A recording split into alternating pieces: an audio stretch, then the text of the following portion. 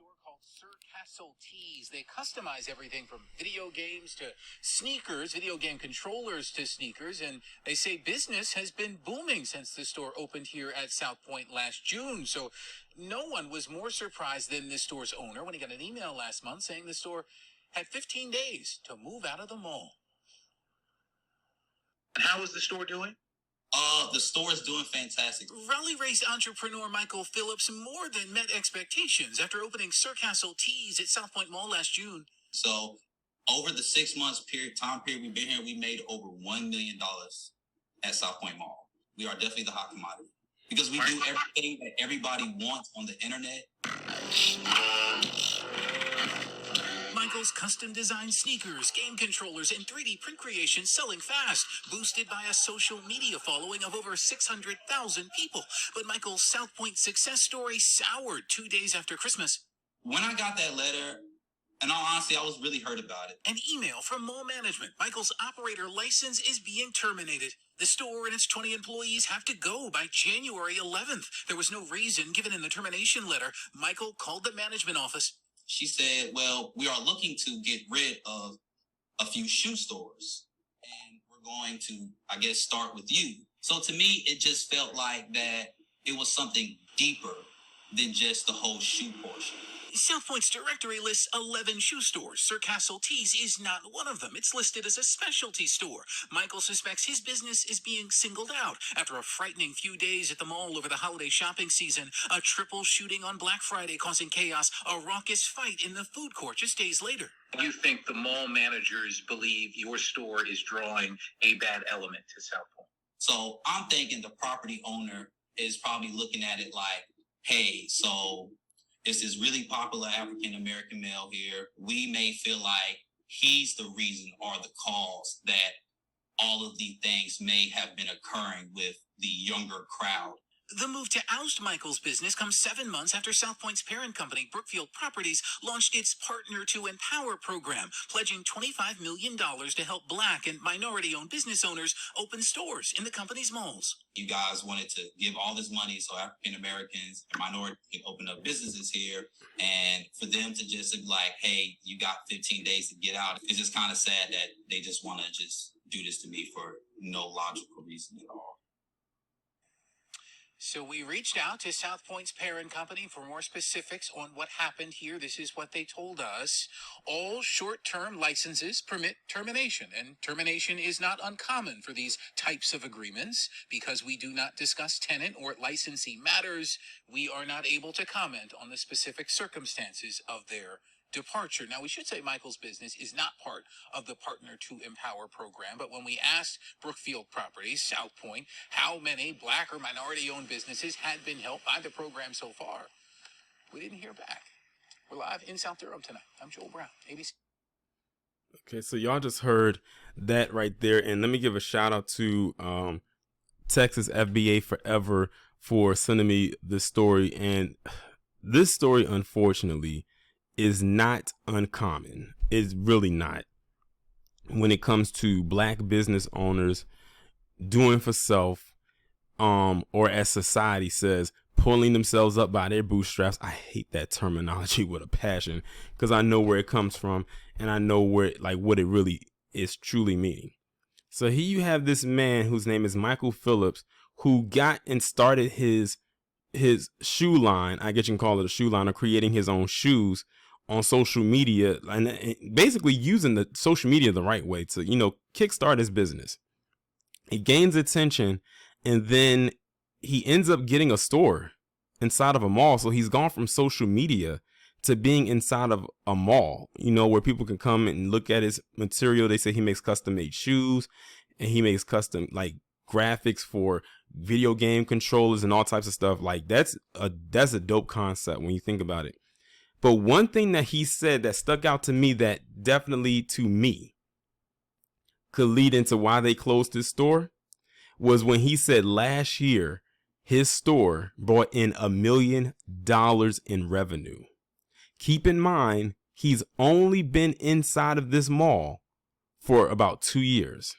To bring in revenue of 7 figures after your first year of being open is incredible, especially when you're competing against other major stores that sell sort of the same thing. But what made his different is because he custom made his shoes, like the designs. Like, I'm looking at some of the pictures, and what I'll probably do is like when I make the thumbnail, I'll put it in a collage and you can see the designs for yourself. And they look nice. Like, they're really good. Like, that takes a lot of work. Like, he did this by hand. Like, that's a lot of work to put all of that together. But it seems to me that the competition got shook.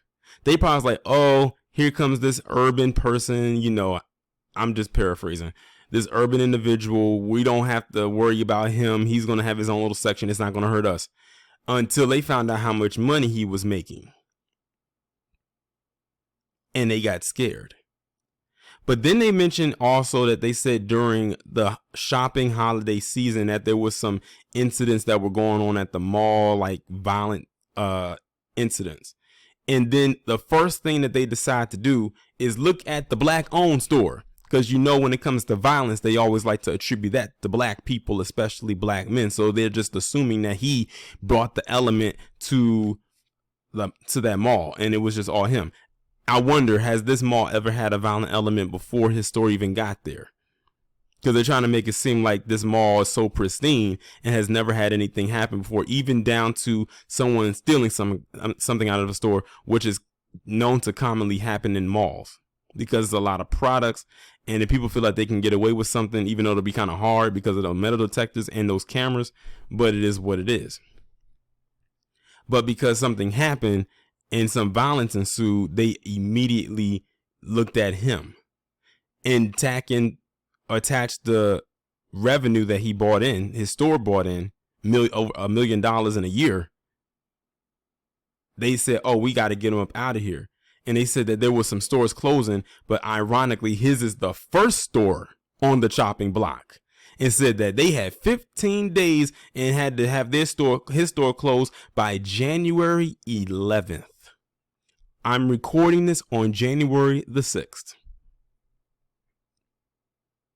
All I can say is this to this brother right here.